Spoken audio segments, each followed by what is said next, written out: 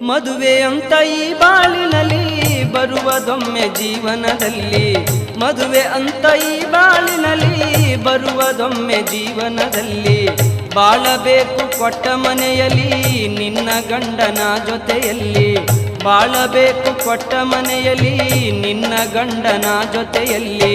ಮನಸ್ಸೇ ಇಲ್ಲದ ಮನೆಯಲ್ಲಿ, ಮನಸ್ಸೇ ಇಲ್ಲದ ಮನೆಯಲ್ಲಿ ಬಾಳಲಿ ಹಕ್ಕಾಗಿಲ್ಲ ಅಲ್ಲಿ.